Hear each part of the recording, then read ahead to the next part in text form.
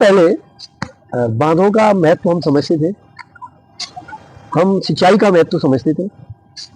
और विकास का महत्व बांधों के माध्यम से समझते थे। लेकिन एक गंगा मैया एक आध्यात्मिक नदी है, धार्मिक नदी है, सांस्कृतिक नदी है और ऐसी तमाम नदियां पूरे दुनिया में,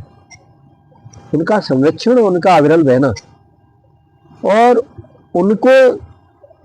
हमेशा के लिए एक संरक्षित करके बहते रहना, ये बड़ी चुनौती है दुनिया की। और ये चुनौती सिर्फ नदियों को ही प्रभावित नहीं करती, ये चुनौती जल की शुद्धता को प्रभावित करती है, ये चुनौती पर्यावरण के स्वरूप को प्रभावित करती है, वन्य और जलीय जीव जंतुओं को प्रभावित करती है और उनके प्रभावित होने से मानव जाति, मानव कल्याण की भावना भी प्रभावित होती है। हमारा विश्व का कल्याण हो, ऐसी संस्कृति के हम व्यक्ति हैं और माँ गंगा की पावन भूमि पर, पावन तट पर हम ये शपथ ले रहे हैं सभी साथी, और हमने ये समझा है कि जब तक हमसे बन पड़ेगा जितनी शक्ति से और जितनी सामर्थ्य से और जितने भावनाओं से,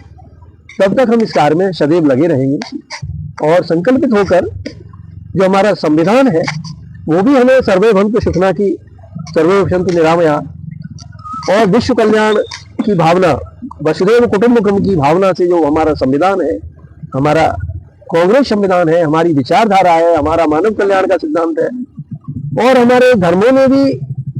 मनुष्य के कल्याण की बात की है। सारे धर्मों ने, किसी भी धर्म ने फसाद या अन्य चीजों का समर्थन कभी नहीं किया। तो हम सब इस राह पर चल करके मानव कल्याण की दिशा में, नदियों के संरक्षण, इसमें होने वाले अंधाधुंध उत्खनन,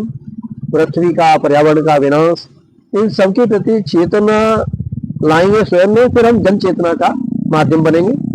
जन चेतना के माध्यम से अहिंसा के मार्ग पर चलकर हम इस कार्य को आगे बढ़ाएंगे और मुझे उम्मीद है कि हम सब मिलकर इसमें एक नया रूप देंगे और जो बहुत बड़े मठ हैं देश के, जो चाहें तो अच्छा कार्य और तेजी से हो सकता है, हम उनके पास भी जाएंगे, प्रवचनकर्ताओं से भी मिलेंगे, देश के सामाजिक कार्यकर्ता एक्टिविस्ट उनसे भी मिलेंगे और सभी लोगों से मिलकर एक नई दिशा और दशा तय करने के लिए हम पूरी तरह से संकल्पित होते हैं और इस दिशा में कार्य करेंगे और इसके लिए हम सब पूरी तरह से तैयार हैं।